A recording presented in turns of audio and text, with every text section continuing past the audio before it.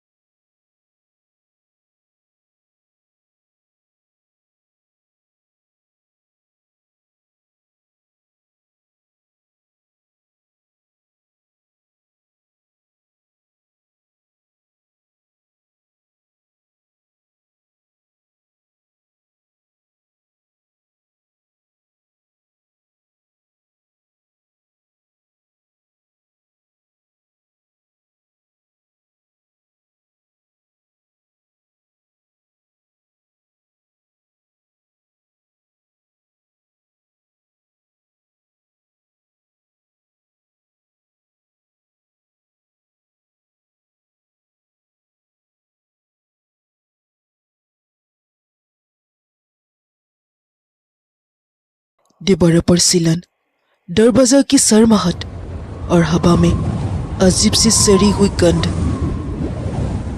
माँ का अंतिम सत्कार जल्द कर दिया गया। शाम होते होते सब लोग चले गए। घर में सिर्फ रीना और अमित बसे।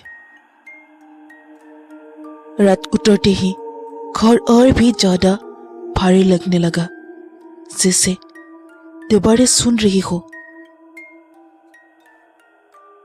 रात के करीब 2 बजे रीना की नींद अचानक टूट गई। किसी की चिल्लाने की आवाज। वो उठकर बैठ गई। अमित सो रहा था। आवाज माँ के कमरे से लगातार आ रही थी। वही कमरा जहां जाने से रीना हमेशा डरती थी।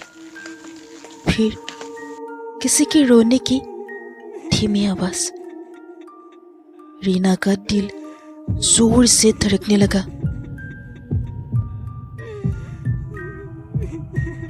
माँ।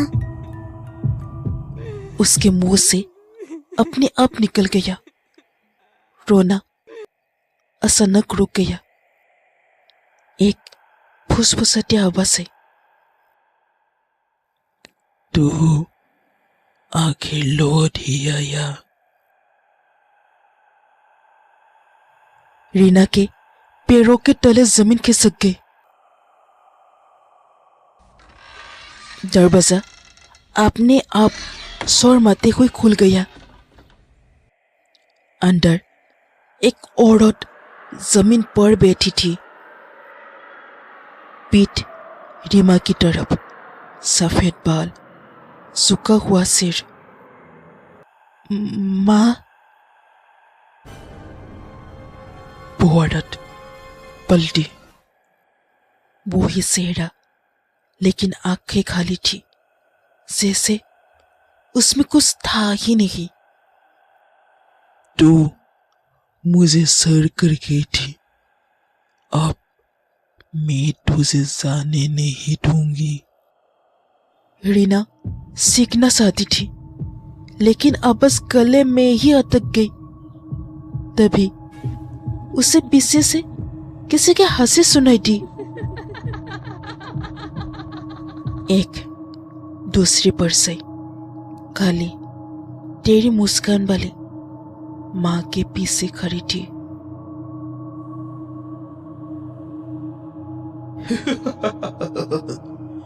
ये तो सिर्फ मेरा चेहरा था। माँ की आवाज घुसी। असल में मैं कभी अकेली था ही नहीं। रीना की आंख खुली। वो अपने बिस्तर पर थी और अमित उसे हिला रहा था। डरावना सपना देखा क्या? रीना कांप रही थी। हमें अभी यहाँ से जाना होगा। और वो दोनों वहां से जाने लगा। रीना जाते जाते आखिरी बार घर की तरफ देखा। टूटी खिड़की में माँ खड़ी थी। इस बार वो डरावनी नहीं लग रही थी, बल्कि बहुत थकी हुई, जैसे कहना चाहता हो, मुझे बचा नहीं पाई, अब खुद को बचा लो। और उसके पीछे वो ही काले पर से मुस्कुरा रहा था। गाड़ी गांव से बाहर निकल के